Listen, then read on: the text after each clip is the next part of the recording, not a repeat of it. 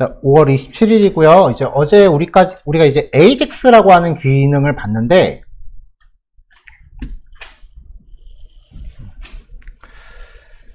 이제 매번 복사 붙여넣기에서 들어가는 코드가 굉장히 많았단 말이에요.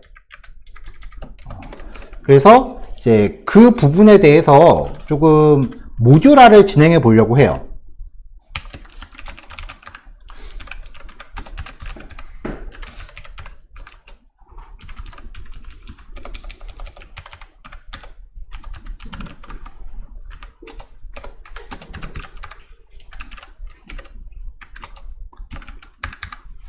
자, 그래서 이제 모듈화가 어떤 과정으로 진행됐는지를 이제 직접 작성 과정을 보여드리려고 제가 작성한 과정을 지금 좀 시연을 보여드릴 거예요.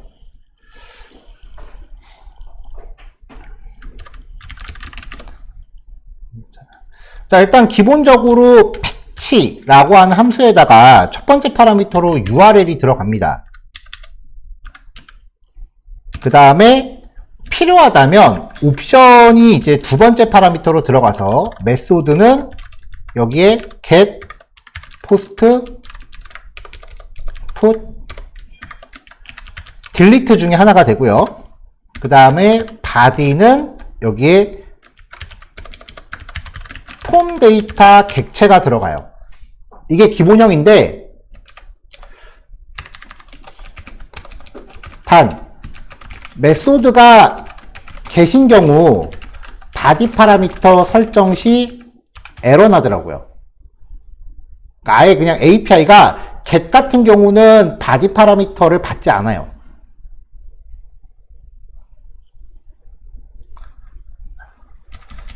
자, 그리고 이제 URL의 경우 get 방식 전송이라면 파라미터를 URL에 쿼리 스트링으로 전달을 해야 되죠.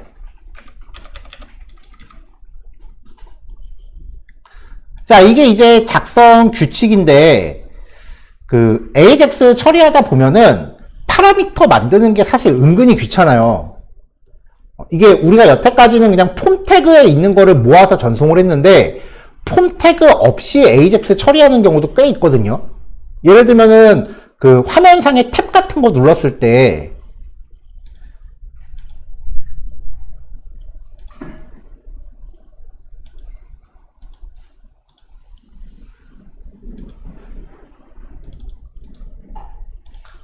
자, 우리가 했었던 예제 중에 이런 예제가 있었잖아요. 그쵸? 자, 요 예제를 보면은 HTML 페이지를 이렇게 각각의 버튼에 연결된 페이지를 이렇게 4개를 만들어 놓고 있는데 이렇게 되면은 맨날 똑같은 내용만 보이는 거 아니에요. 실제로 이제 여기에 그 백엔드 기술이 접목되면은 페이지가 1개밖에 안 들어가요. 여기에 내용이 아예 비어 있다고요. 그래서 요 링크를 눌렀을 때 이 링크에 따라서 백엔드한테 AJAX를 콜한 다음에 결과 받아와서 그 결과를 여기다 뿌려주는 식으로 구현을 해요. 이게 더 일반적이야. 그러니까 웹페이지, 요즘 웹페이지 개발은 뭐 하나 클릭하면 AJAX 왔다 갔다 한다고 보셔야 돼요. 이때는 폼이 없잖아. 그럼 파라미터를 직접 만들어줘야 되거든요. 거기까지 이제 생각을 하면 매번 폼 데이터 객체 만드는 게 좀 귀찮았어요. 자, 그래서 일단은 여기 요 폼을 하나 만들어 놓고 서브 및 이벤트를 붙였단 말이에요.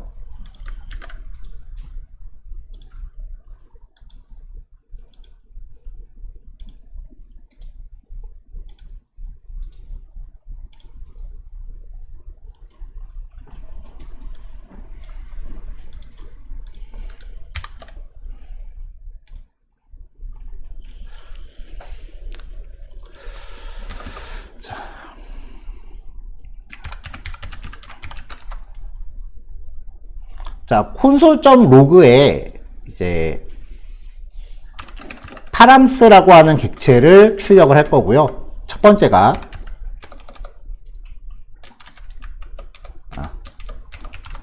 펑션 뭐 테스트 파람스, 그 다음에 콘솔.로그 파람스를 출력을 해볼 거예요.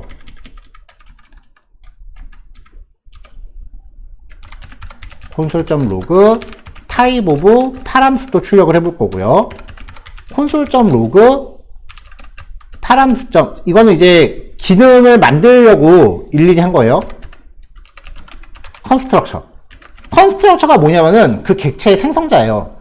생성자 이름을 출력했다라는 거는 클래스 타입을 보겠다는 거예요.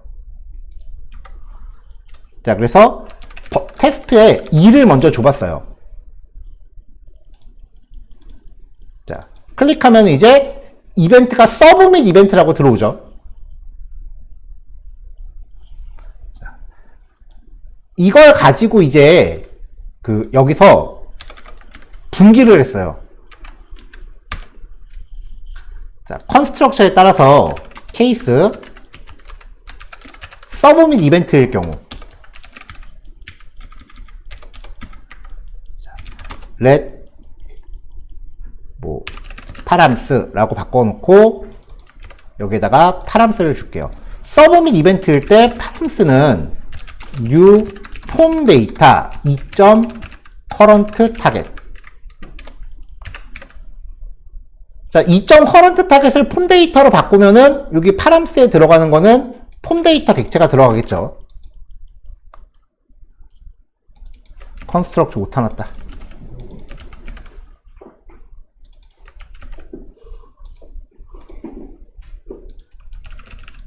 아, 파람스가 아니고 2구나.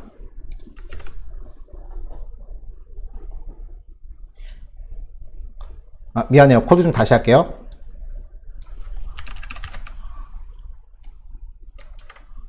여기다 넣을게요. 자, 파람스가 들어왔을 때 이 녀석의 생성자가 서브 및 이벤트다 라고 하면은 이 파람스의 커런트 타겟으로 다시 파람스를 덮어 씌웠어요. 그럼 테스트에 보낼 때 그냥 2 라고만 보내면 얘가 알아서 이 스위치 문에 의해서 폼 데이터 객체를 만들어 주겠죠. 폼 데이터로 바뀌었죠. 그럼 아예 이번엔 2.current 타겟을 줄 때, 그러니까 파라미터를 날리는 거를 한 가지 케이스로 국한하면은 매번 그걸로 바꿔야 되는데 파라미터를 최대한 다양한 케이스에 대응하게 만드는 거예요. 그래야 호출할 때 내가 좀 편해. 자, HTML 폼 엘리먼트래요. 당연히 폼 태그 객체니까 얘가 나오겠죠. 자, 그래서 여기에 케이스를 하나 더 넣었어요. HTML 폼 엘리먼트인 경우는 그냥 폼 데이터로 만들어서 바꿨어요. 자, 그러면 2.current 타겟을 보내도 폼 데이터 객체로 바뀌었죠. 아니면 여기서 이제 내가 직접 폼 데이터를 만드는 거야.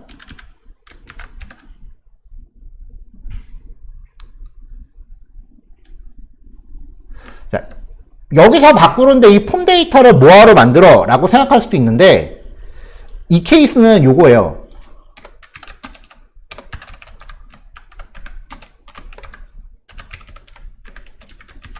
자, 폼이 전혀 없고 단순히 HTML 태그를 클릭했을 때 AJAX를 콜해야 된다라고 하면은 직접 폼 데이터 객체를 만든 다음에 폼.set 푸는 1, 2, 3 폼.set 반은 4, 5, 6 이렇게 하면은 자바스크립트로 폼 태그 자체를 생성하는 거랑 마찬가지가 돼요. 이런 식으로 여기다 폼을 보내면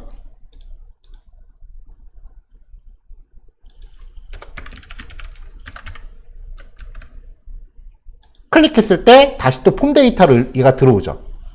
그러니까 AJAX라는 게 항상 폼 태그 서브밋에서만 발생하는 게 아니라는 거예요.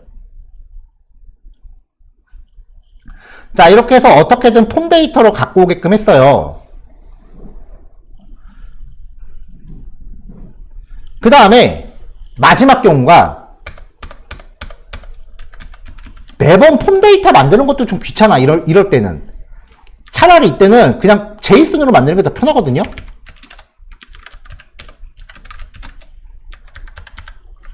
자, 이렇게 제이슨 객체가 됐을 때는 폼 데이터가 아니고 일반 오브젝트로 들어오잖아요.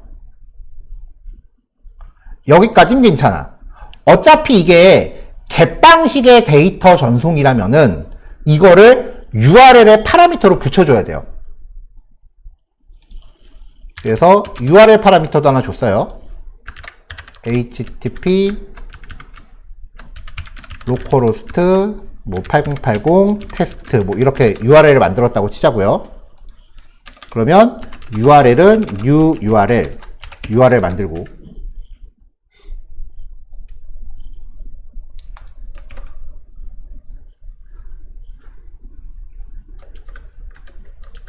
요 스위치문을 거치면 대부분의 경우가 이제 폼 데이터 객체로 변환이 되고요. 그렇지 않을 때 제이슨으로 직접 들어올 때는 요 스위치문을 거치지 않게 되죠.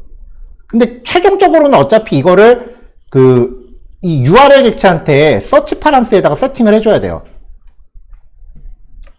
자, 그래서 요 스위치문을 거쳐서 폼 데이터 객체가 만들어진다면 이벤트를 통한 객체 전달 시 폼 데이터 객체로 변환. 자, 그 다음에 쿼리 스트링 형태로 변환을 하는 거죠.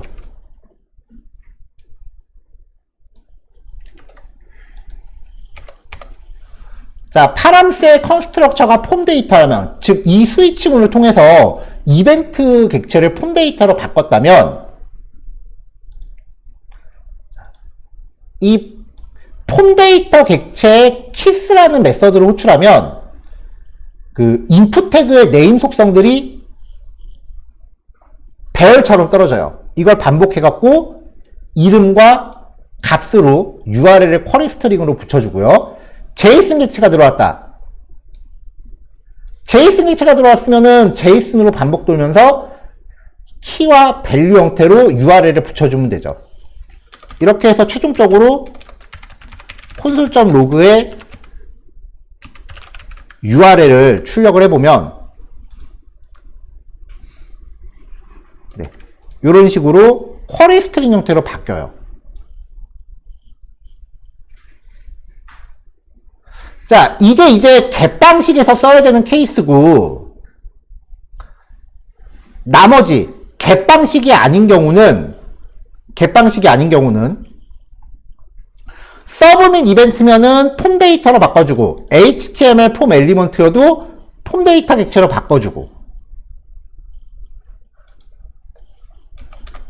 그 외에 나머지 케이스, 디폴트. 그러니까 제이슨 객체가 들어왔을 때도 이거를 폼 데이터 객체로 바꿔줘야 된다고요. 그래서 콘스트 임시 변수를 하나 만들어요. 스트럭티드 클론의 파람스를 일단은 깊은 복사 하나 하고요. 얕은 복사하면 건드리면 같이 바뀌니까. 파람스는 new 폼 데이터라고 객체를 다시 만든 다음에 반복 돌면서 이 폼 데이터에 셋으로 직접 넣어줍니다. 그러면은 나는 제이슨으로 객체를 보내도 이게 내부적으로 폼 데이터로 바뀌게 되겠죠. 폼 데이터로 바뀌죠. 자, 이런 식으로 이제 상황에 따라서 파라미터를 변환할 방법들을 마련을 했어요. 자, 이걸 테스트한 다음에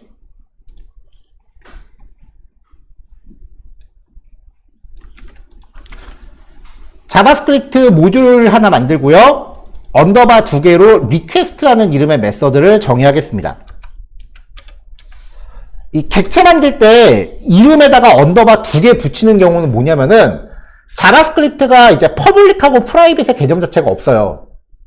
클래스 만들면서 생기긴 했는데 이게 지금 우리가 클래스를 짜는 건 아니니까. 그래서 메서드 이름에 언더바 2개를 붙이는 경우는 얘를 그냥 프라이빗의 의미로 쓰겠다는 거야.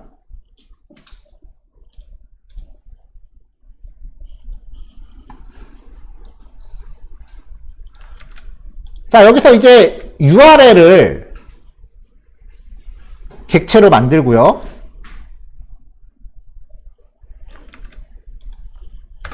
그 다음에 콘솔.그룹으로 로그 메시지를 출력할 그룹을 하나 만들었어요.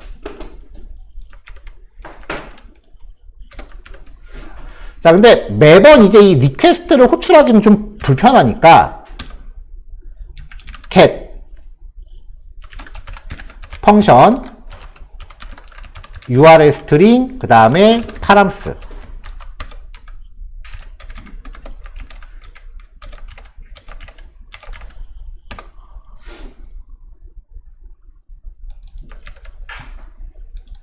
post put delete 이렇게 전송 방식별로 메서드를 만들어 놨어요. 그래서 패치헬퍼.get으로 호출할 때랑 패치헬퍼. 나머지 호출할 때 이렇게 이제 기능을 좀 분리해 놨고요.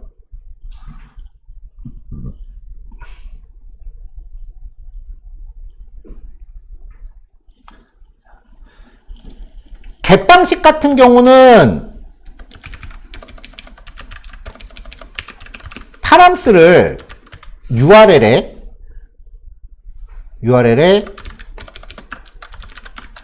쿼리 스트링 형태로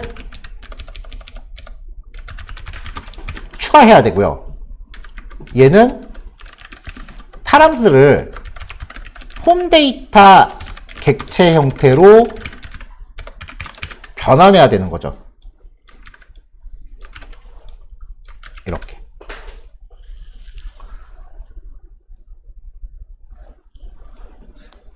쿼리 스트링 형태를 변환하는 거는 여기서만 하면 되는 거니까 여기서 직접 구현을 할 거고요. 포스트풋 딜리트일 때 폼 데이터 객체로 바꾸는 거는 여기서 하면은 한 번에 되겠죠.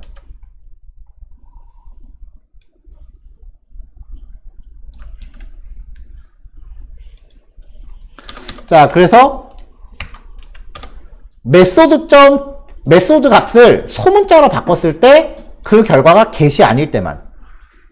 자, 이것도 소문자로 바꾼 이유가 프로그램은 대소문자 가리잖아요. 그럼 무조건 소문자로 맞춰서 get이라고 줘야 돼. 난 파라미터 전달할 때도 대문자도 쓰고 싶고 소문자도 쓰고 싶고 섞어서도 쓰고 싶어.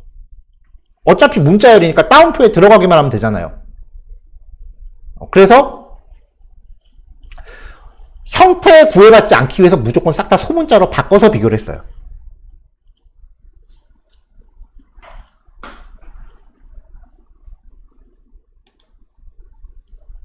자, 일단 get 방식부터 볼게요.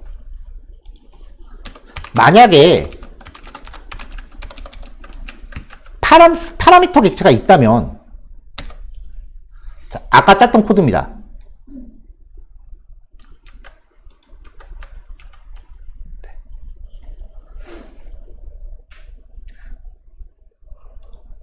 자, 파라미터 객체를 폼 데이터로 바꾼 다음에 이 폼 데이터 객체인지 아니면은 제이슨 객체인지에 따라서 제이슨을 S로 처리하는 이유는요. 제이슨은 클래스 타입이 없기 때문에 이런 식으로 종류를 알아낼 수가 없어요.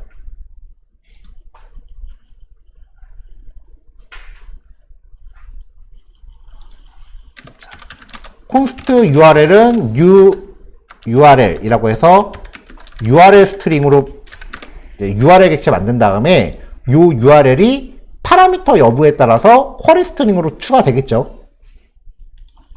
그럼 여기서 이제 return this 언더바 두개 리퀘스트한테 URL하고 메서드 방식 get이라고 전달을 해요.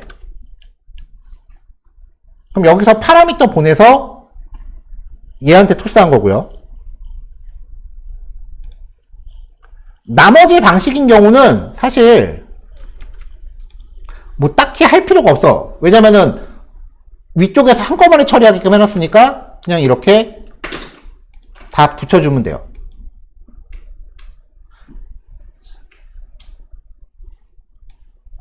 그리고 async 함수끼리는 서로 async 함수 붙어야 됩니다. 여기도 await 붙어야 되고요. async 함수는 async끼리밖에 호출을 못해요.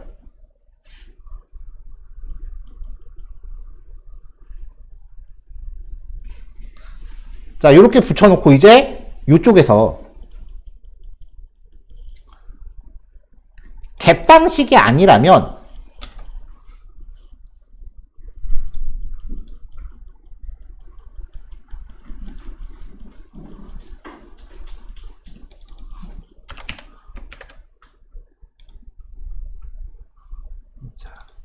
URL 받았는데 지금 여기서 URL을 또 객체로 만들고 있잖아요. 그쵸?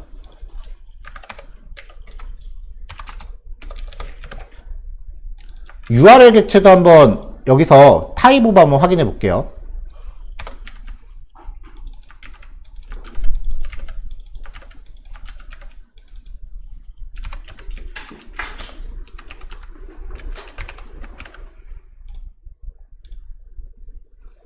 자, 클래스 이름이 그냥 대문자 URL이래요. 그래서 자, if url.constructor가 URL이 아니면 URL 객체로 만들어라.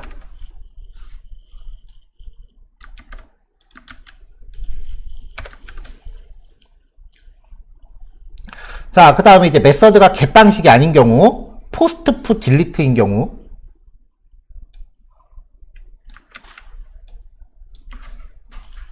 아까 만들었던 코드에 대해서 파라미터에 대한 생성자가 폼 데이터가 아닐 때, 그럼 어떻게든 폼 데이터로 바꿔줘야 되잖아.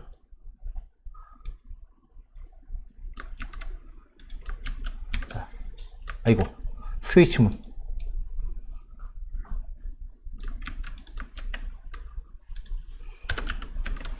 자, 스위치.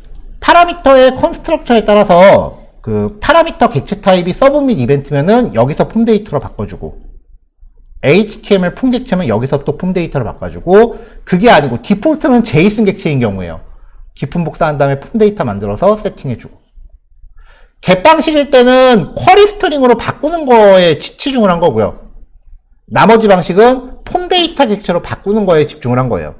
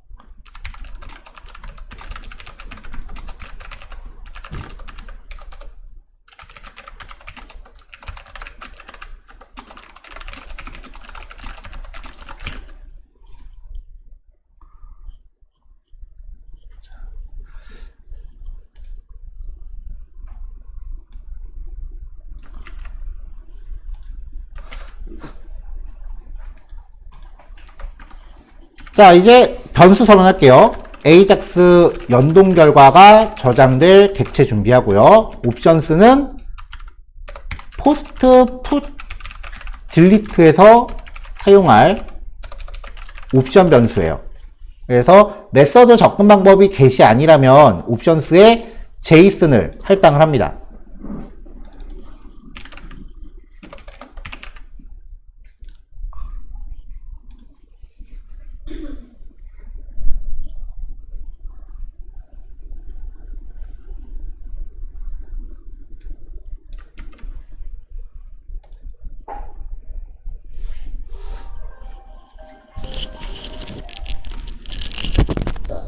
한번 끊었다 할게요. 30분 내에 다시 봅시다. 자, 어떤 이 과정들을 거쳐서 이제 URL을 준비했고요. 상황에 따라서 이제 파라미터를 세팅을 한 거예요. 그럼 이제 AJAX 처리를 할 차례죠.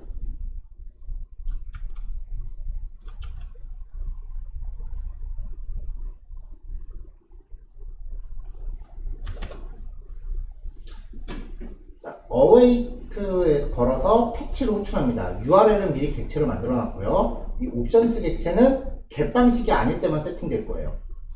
그래서 에러 처리하고요. 응답 추출하고요. 자, 캐치 블럭이 조금 이제 바뀌었는데,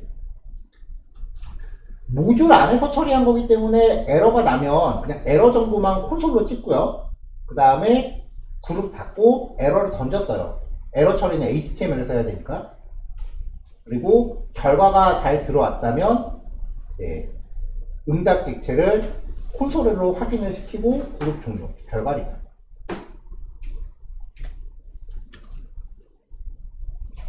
자, 이제 이렇게 만들어 놓으면 이제 얘를 쓰기 위해서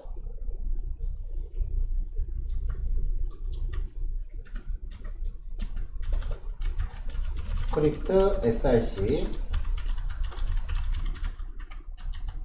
자, 지금 HTML 파일이 자바스크립트 모듈이랑 같은 파일을 넣었어요. 이거는 조금 더 쓰고 지울 거예요. 얘가 patchhelper.get 디파트먼트. 자, 이렇게 호출하면서 이벤트에는 async 걸고 try.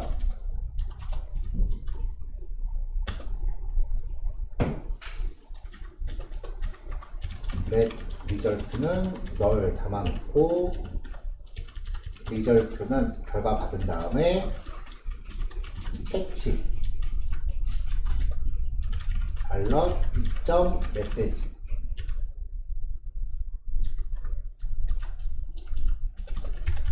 console.log result.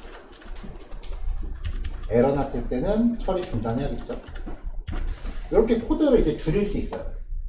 자, 일단 링크 눌렀을 때 get 방식으로 데이터 전체에 전송하는 거니까 클릭하면은, 저는 지금 백엔드 가동을 안 해놨어요.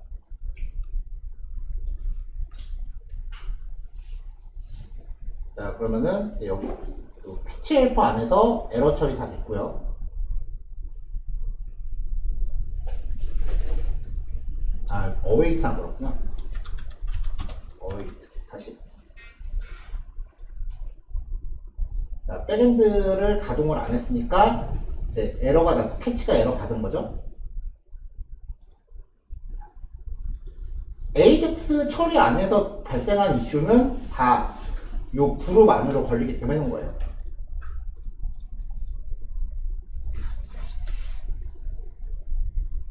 자, 그럼 백엔드를 가동해 볼게요.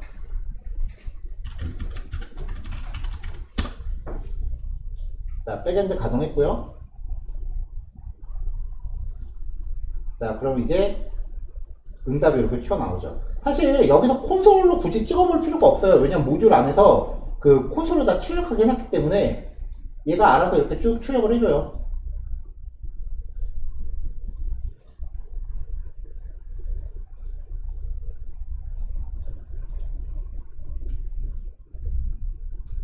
자, 그 다음에 이제 파라미터를 보내고 싶다. 그러면 첫 번째 방법, JSON 걸어서 dname like는 뭐 전자 라고만 이렇게 걸면은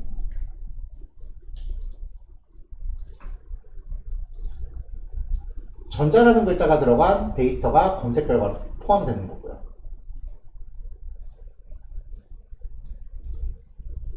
자, 그럼 폼으로도 바꿔봐야겠죠? 폼 id 헬로 버튼 타입 서브밋.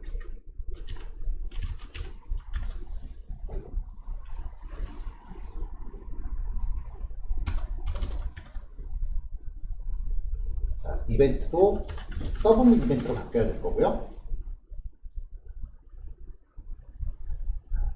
자, get 방식으로 전달하는데 특별한 파라미터 안 붙였으니까 버튼 누르면 전체 데이터 가져올 거예요. 전체 데이터 가져왔고요. 그 다음에 input type text name은 dname like로 바꿔요.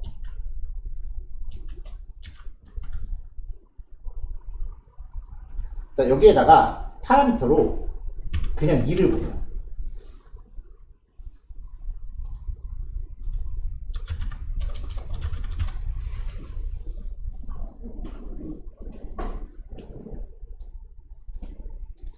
자, 그러면 얘가 알아서 전자라는 글자가 들어있는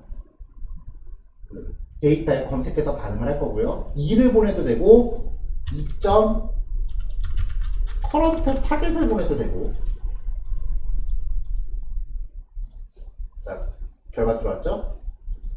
아니면은 내가 직접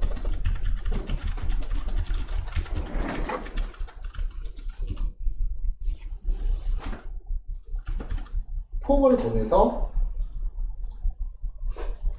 검색을 해도 반응을 하고.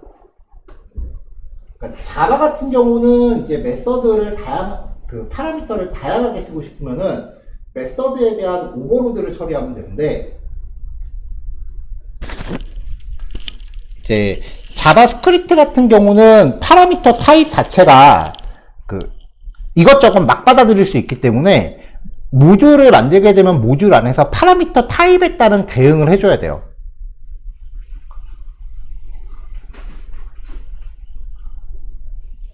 그렇게 해서 호출할 때 호출하는 방법을 최대한 경우의 수를 늘려가면서 만드는 거예요.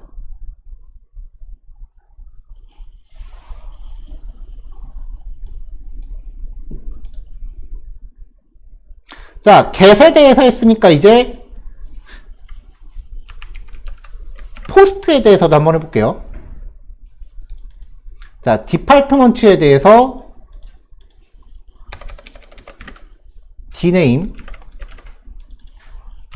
log 두 가지만 할게요.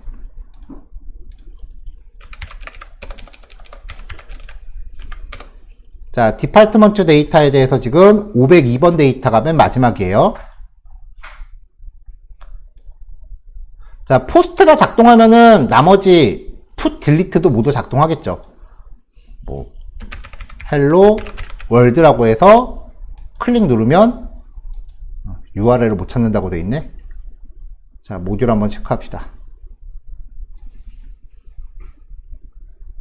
아, 파라미터를 URL 스트링으로 받았는데 여기 URL로 보냈네요.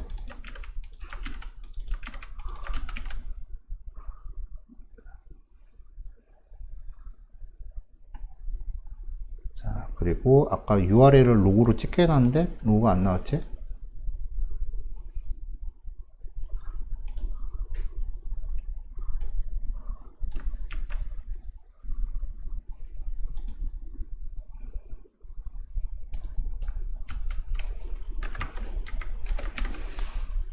자, 백엔드에 보내기 전에 이제 URL 한번 메서드 방식이랑 출력을 해줬어요.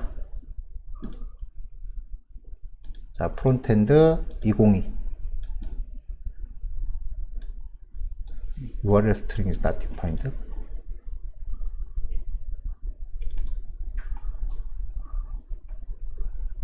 아, 여기선 또 URL로 받았네.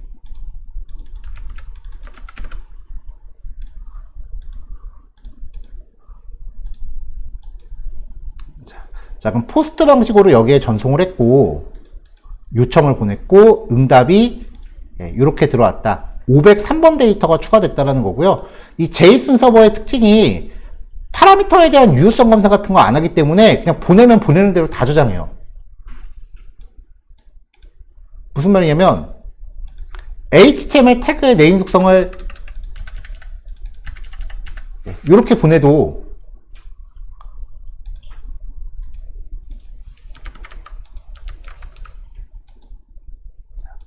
결과 확인해 보면은 그냥 포스트로 보내면은 포스트로 보내는 걸 그냥 그대로 저장을 다 해요. 자체적으로 그 파라미터에 대한 유효성 검사 같은 기능이 없어요. 그러면 요 데이터를 그대로 받아서 프론트엔드가 목록 결과 같은 거에 뿌리면 이상한 키가 들어가니까 에러 나겠죠. 어제 만들었던 그 목록 페이지에 이걸 그대로 갖다 두면. 그래서 백엔드도 그 프론트가 보내는 파라미터에 대한 유효성 검사를 해야 되고요. 그 다음에 프론트엔드도 백엔드의 데이터 전송하기 전에 값에 대한 유효성 검사를 해줘야 돼요. 양쪽이 다 해줘야 돼.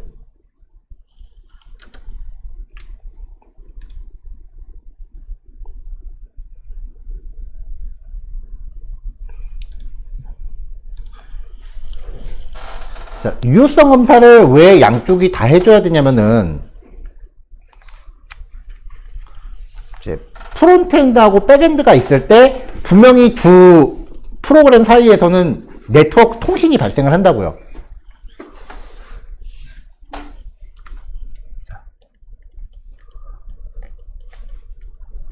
프론트엔드가 있고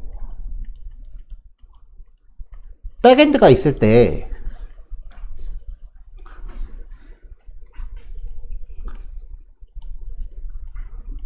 요청을 보내고 응답을 받겠죠. 그러면 프론트엔드는 요청을 보내기 전에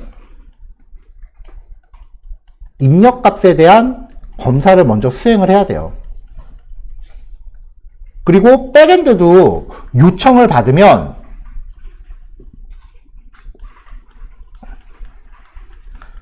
파라미터에 대한 검사를 한 다음에 DB를 연동하고 결과를 만들어야 돼요.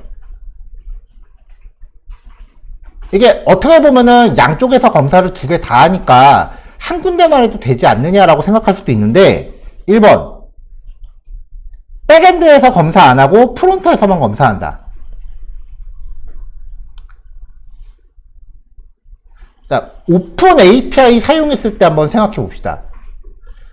여러분들 개개인이 전부 HTML을 만든 다음에 영화기능위원회 오픈 API랑 연동을 했죠.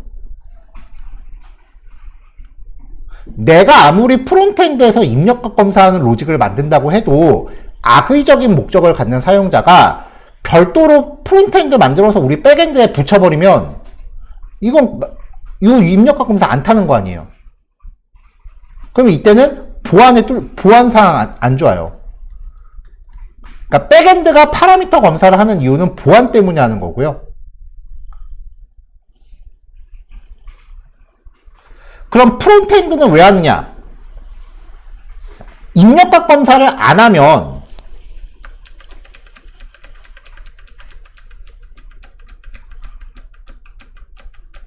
자, 얘가 안 돼 있으면 전송을 했을 때마다 요청을 보내서 여기서 파라미터 검사를 해요. 통과를 못하면은 에러 나겠죠. 그럼 사용자가 입력값을 고친 다음에 다시 요청을 보내요. 그럼 유효성 검사를 통과 못하면 여기서 또 다시 반려가 되겠죠. 뭐가 문제냐? 요청을 매번 보내고 응답을 매번 받는다는 거예요. 즉 통신이 발생을 한다는 거예요. 통신이 발생했다는 거는 트래픽이 생겼다는 건데 트래픽 비용이 생기잖아요. 그러니까 프론트엔드가 입력값 검사를 하는 거는 궁극적으로 운영비 아끼려고 하는 거예요. 얘는 돈 때문에 하는 거고 백엔드는 보안 때문에 하는 거예요. 양쪽이 다 해야 돼. 이 둘 중에 하나, 어느 거 하나라도 이제 귀찮다고 안 하는 순간 그 사이트는 뚫려요. 진짜 귀찮아갖고 하나만 해야겠다 싶으면 백엔드 쪽에서 해야 돼요. 대신에 운영비는 좀 많이 나가겠지.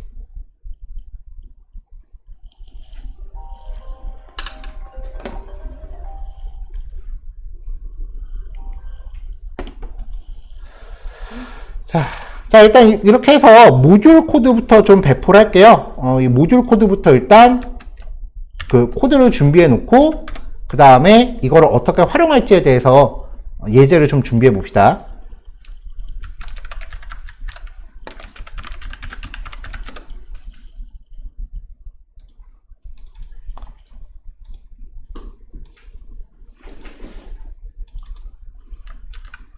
자, 아마 이리저리 오타 많이 날 거예요. 근데 일단은 코드 만들어만 놓으세요. 실제로 이제 오타 잡는 거는 예제 통해서 하시면 돼요.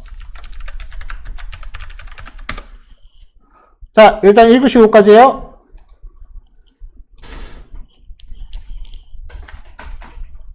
자, 이제 디파트먼트 관련한 부분까지 이제 합쳐서 마무리를 할 건데요.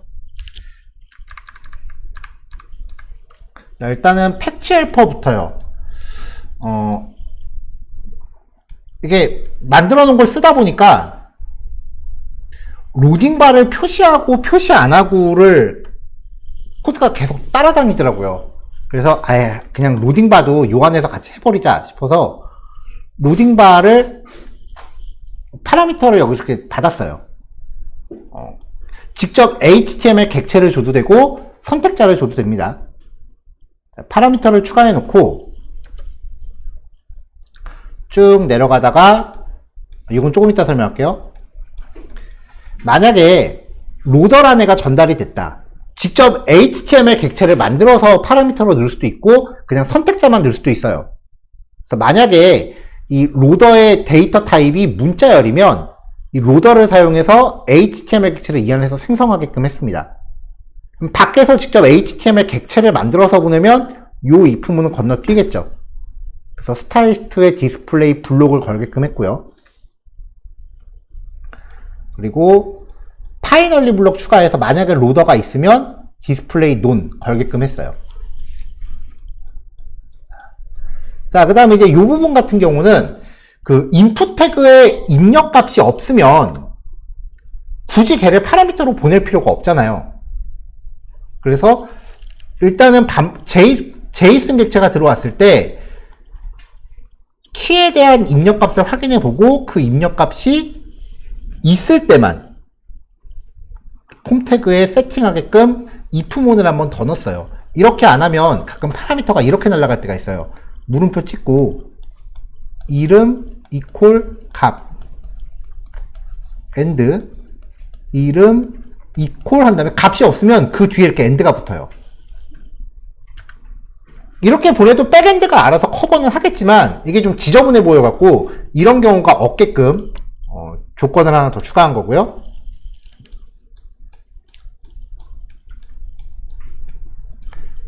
그럼 이제 get부터 그 로딩바에 대한 선택자 파라미터 추가해서 리퀘스트 출력할 때 로더라고 밑에 하나씩 더 이렇게 넣어줬고요. 여기 파라미터 이름도 지금 로더 체크가 돼 있어야 되고요.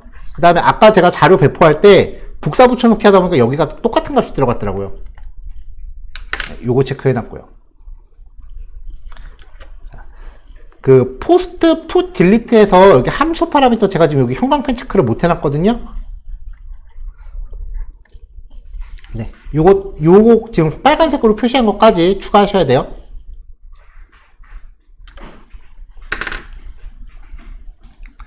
자, 이렇게 만들고 나면 이제 기존에 작업했었던 그 CRUD 예제를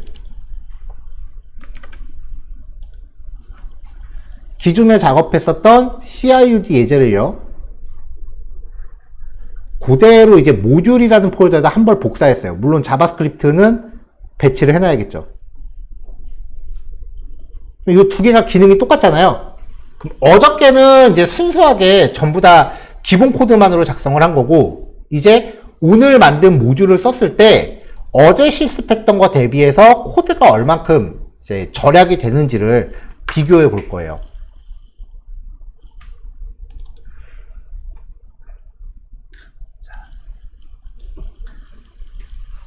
자, 기본적으로 AJAX 연동할 때마다 URL 객체 만들고 파라미터 객체 만들고 잘 만들어졌나 확인하고 그 다음에 요청한 다음에 에러 처리하고 응답 추출하고 캐치 블록 파인을 코드가 이만큼이잖아요. 요만큼을 로딩바 객체도 표시하는 거 있었고요. 요만큼의 처리를 이제 앞으로 일단 스크립트 가져오셔야 되고요. 자, AJAX 들어가면은 결과 받을 거 준비한 다음에 patchhelper.get이라고 해서 결과만 받으세요.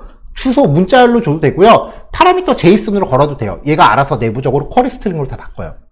로딩바 파라미터 지금 안 줬거든요. 근데 기본값을 샵 로더라고 이미 박아놨으니까 그 HTML 태그의 ID 값만 잘 맞춰놓으면은 얘가 알아서 로딩바 보였다 숨겼다를 할 거예요. 파이널리 블록 필요 없고요. 예외 처리 이 안에서 다 했으니까 에러 객체 받아서 메시지만 뿌리면 되죠. 거의 한 페이지 가득 있던 코드가 이렇게 축약이 됩니다. 이후에 결과 출력하는 거는 똑같죠.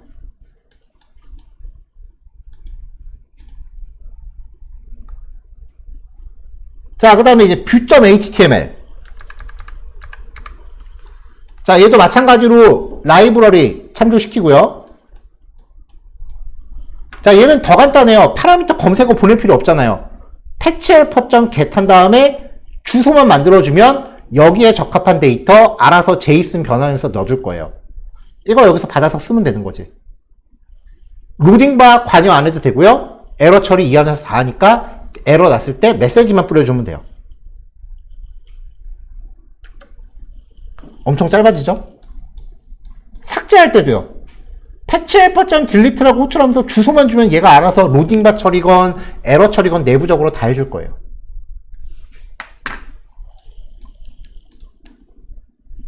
에디트.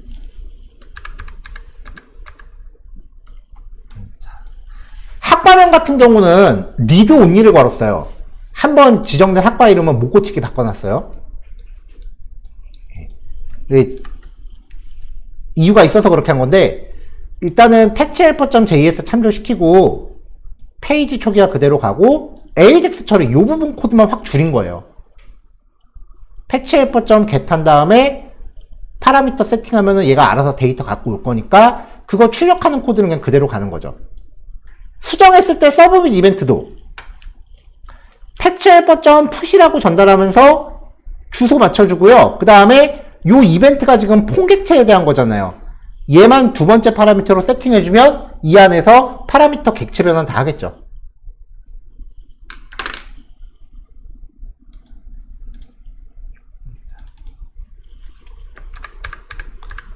자, 마지막으로 데이터 추가예요.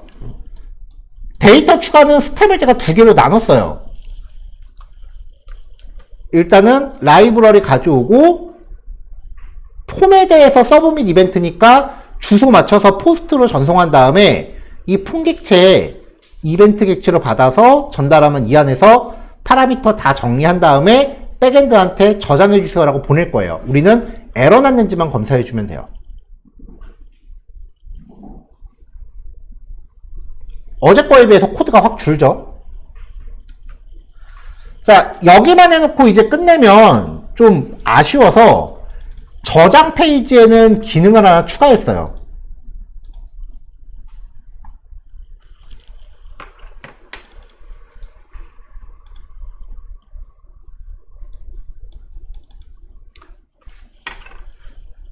학과명이 들어가던 테이블 안에 div를 하나 놓고요. 인풋 태그 넣고 버튼 넣은 다음에 플렉스로 양쪽으로 쪼갰어요. 이렇게 해서 중복 검사 기능을 넣었어요. 그러면은 사용할 수 없는 학과명입니다. 이번에는 사용 가능한 학과명입니다. 요청 방법은요.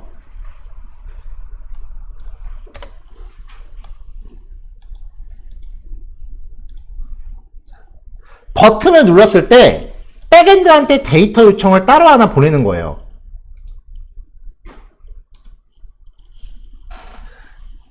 그래서 요 dname이라고 하는 쿼리 스트링 값으로 사용자가 입력한 값을 따로 구성해서 백엔드한테 검색을 해봐요. 검색 결과가 있으면은 이미 쓰고 있는 거니까 중복이 된 거죠. 근데 dname 값을 다른 걸로 전달하면은 얘는 검색 결과가 없으면 404 에러를 표시하거든요. 그러면 우리 라이브러리에선 캐치블록으로 빠질 거란 말이에요. 그럼 캐치블록으로 빠졌을 때는 중복이 안 됐다라는 거니까 쓸 수 있다라는 거야.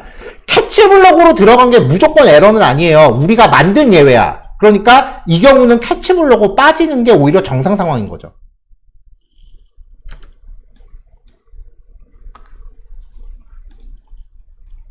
자, 그래서 HTML 태그에 여기에 dname 컨테이너라고 div 놓고 기존의 인풋 태그 그리고 중복 검사 버튼 하나 넣었어요. 여기에 관련된 CSS 여기 dname 컨테이너라고 해서 추가했고요. 인풋 태그가 기본적으로 여기서 포지션 앱솔루트를 받고 있는데 그렇기 때문에 지금 포지션 속성을 컨테이너 안에 들어있는 애만 스테이틱으로 다시 그 일반 상태로 바꿔버렸어요. 나머지는 뭐 큰 차이 없고요.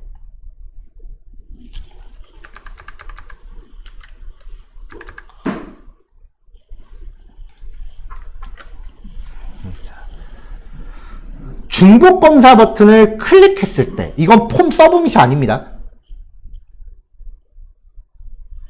버튼을 클릭했을 때 학과 이름 값을 뽑아와서 값이 없으면 이름 입력하세요 라고 처리한다면 처리 중단하면 되고요. patchhelper.get 해갖고 검색 API를 호출해요. 그러면은 만약에 요 검색 결과가 존재하는 거면 검색 결과가 떨어질 거예요. 근데 오히려 이때는 검색 결과가 나왔다라는 게 입력값에 일치하는 데이터가 있다라는 거니까 중복이 됐다는 뜻이잖아요. 그러니까 여기선 사용할 수 없는 학과명입니다라고 보여줘야 되는 거고, 만약에 입력한 학과명이 중복되는 게 없어. 그러면 검색 결과가 없거든요. 그러면 지금 우리 백엔드는 검색 결과가 없을 때 404 에러를 띄운단 말이에요. 그럼 오히려 캐치를 띄는 거죠. 그럼 이게 정상 상황인 거지. 캐치가 항상 에러를 뜻하는 게 아니라고요.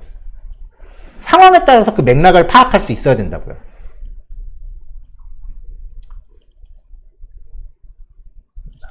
자, 요렇게 해서 이제 중복 검사 기능까지 한번 넣어봤어요.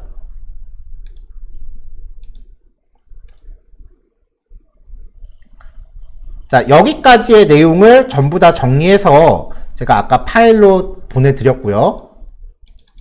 그래서 add.html 스텝 2라고 되어 있는 거 보시면은 중복 검사 기능 넣으려고 추가된 CSS, 그리고 여기 HTML 태그 변경된 거, 그 다음에 중복 검사 관련해서 코드 만들어 놓은 거 들어 있으니까 추가로 완성하시면 되고요.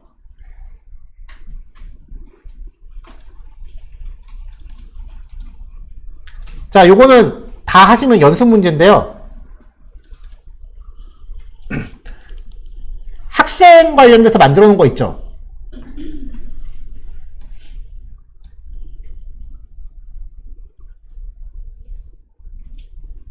자, 일단은 패치헬퍼 라이브러리 쓰는 형태로 코드를 한번 바꿔보신 다음에 소속 학과 검색도 같이 넣으세요.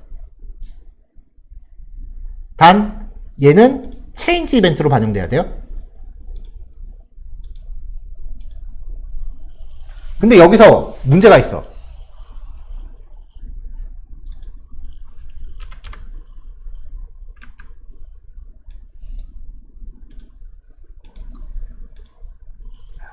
자, 이거 옵션 태그잖아요. 그래서 셀렉트 태그 안에 옵션 태그 이렇게 쭉 들어있는 거거든요. 프로그램이 인지하는 값은 value라 그랬죠. 그러니까 텍스트는 그냥 데코레이션이야. 요것만 보내면 돼. 그러니까 네트워크를 보면은 값이 바뀌었을 때 백엔드한테 스튜던츠라고 보내면서 디파트먼트 아이디 값이 203인 데이터 같이 주세요 라고 이렇게 쿼리 스트링 파라미터로 넘기는 거예요. 그러니까 이 부분 코드를 보면은 스튜던트한테 보내면서 디파트먼트 아이디는 요 DEPT가 드롭다운이에요. 드롭다운의 선택값을 찍으세요 라고 되어 있는데, 자, 이제부터 문제 나가요. 이건 그냥 코드 바꾸는 거니까 사실 이건 문제랄 것도 없고.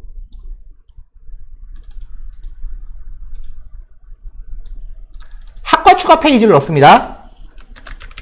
헬로 월드 그냥 막 넣을게요.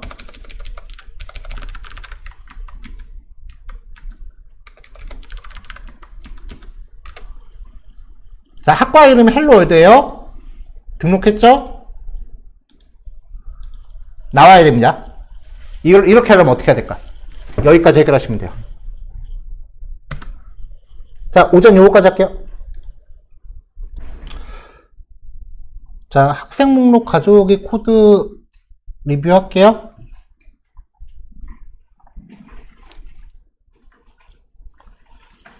자, 일단은 검색 필드 옆에 드롭다운을 하나 뒀어요. 드롭다운을 하나 놨고, 다음에 파일을 per 라이브러리 가져왔고요. 로딩바는 이 헬퍼 라이브러리가 알아서 처리하게끔 했으니까 로딩바 객체 생성 코드는 제거했습니다.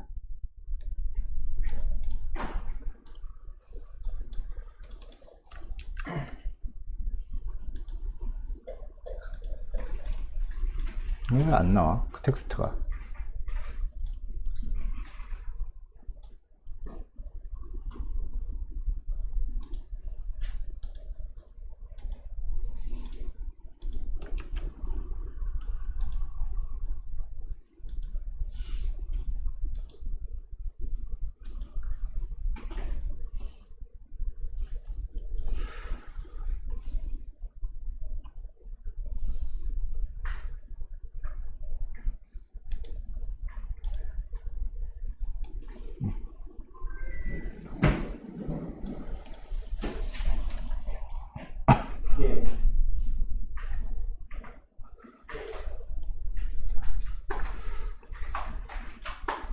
자, 그 다음에 이제 데이터 표시할 때 불필요해진 코드요.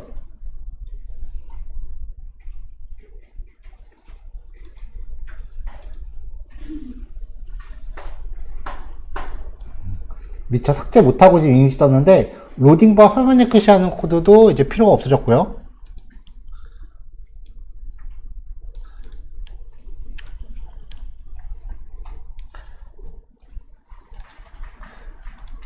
자, 백엔드한테 데이터를 요청할 때 이제 학과에 대한 드롭다운도 같이 객체를 만들어서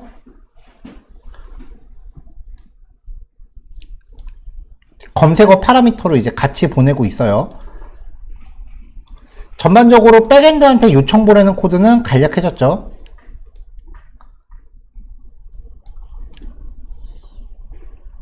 자, 이후에 이제 데이터 출력하는 부분은 뭐 크게 변경할 필요가 없긴 한데, 네. 그, 제이슨 데이터 순서가 제각각 바뀔 수도 있기 때문에, 출력하는 코드를 하드코딩으로 바꿨었죠. 그래서 이 부분은 하드코딩 스타일로 변경한 코드예요. 전에는 여기 그냥 포문으로 반복 돌려서 처리하고 있었는데, 지금 하드코딩 스타일로 변경을 했고요.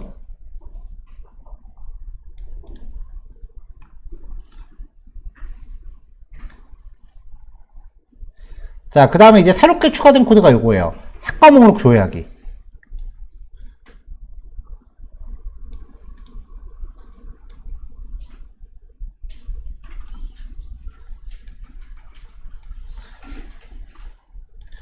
자, 페이지가 열린과 동시에 백엔드한테 학과 목록 데이터를 받아와요. 그래서 이 결과를 드롭다운 객체 안에다가 옵션 태그를 생성해서 추가를 해준 거죠. 이렇게 하면은 이제 선택할 수 있는 학과 목록이 데이터에 기반해서 가져오게 되잖아요. 자, 그 다음에 이제 드롭다운에 대해서 체인지 이벤트가 발생했을 때 학과 목록을 그대로 다시 한번 조회하기 위해서 이 백엔드한테 데이터 요청하는 함수를 체인지 이벤트의 콜백으로 걸었어요. 그러면 드롭다운의 선택이 바뀌면 get 스튜던트 리스트를 호출하게 될 테니까 여기를 다시 타는 거죠. 백엔드한테 데이터 부르는 걸.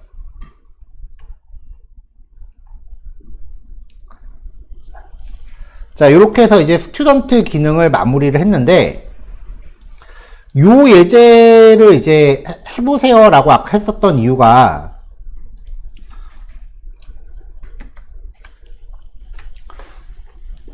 우리가 데이터베이스 테이블을 만들 때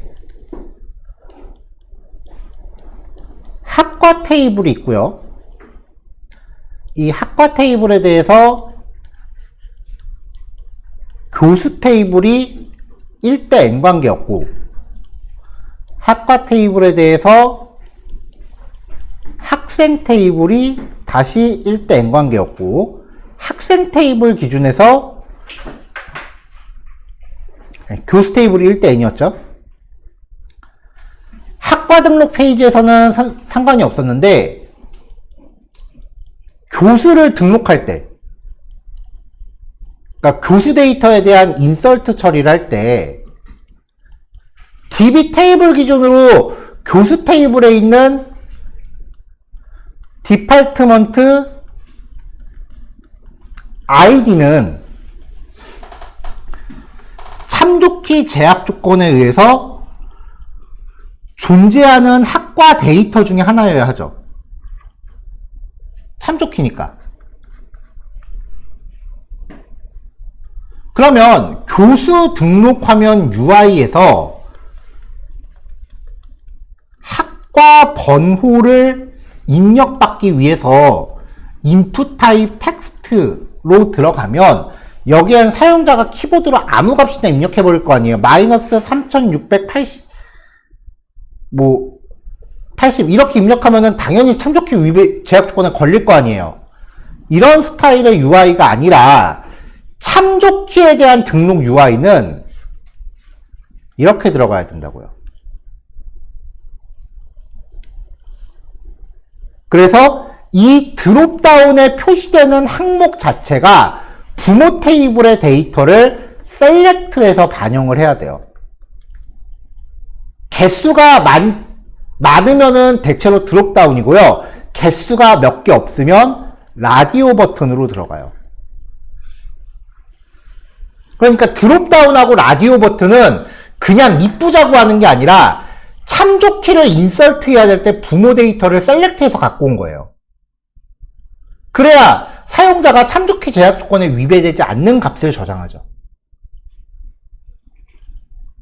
그러니까 이 교수 테이블의 디파트먼트가 아무 값이나 저장을 못하기 때문에 반드시 학과 데이터에 있는 것만 저장해야 되기 때문에 사용자의 입력을 제한하기 위해서 만드는 게 드롭다운이랑 라디오 버튼이에요. 아무거나 넣고 싶은 UI 넣는 게 아닙니다. 네. 요 얘기를 하고 싶어서 아까 학생 테이블에서 그 작업 한번 해보세요 라고 해서 좀 고민을 해보시게끔 한 거예요.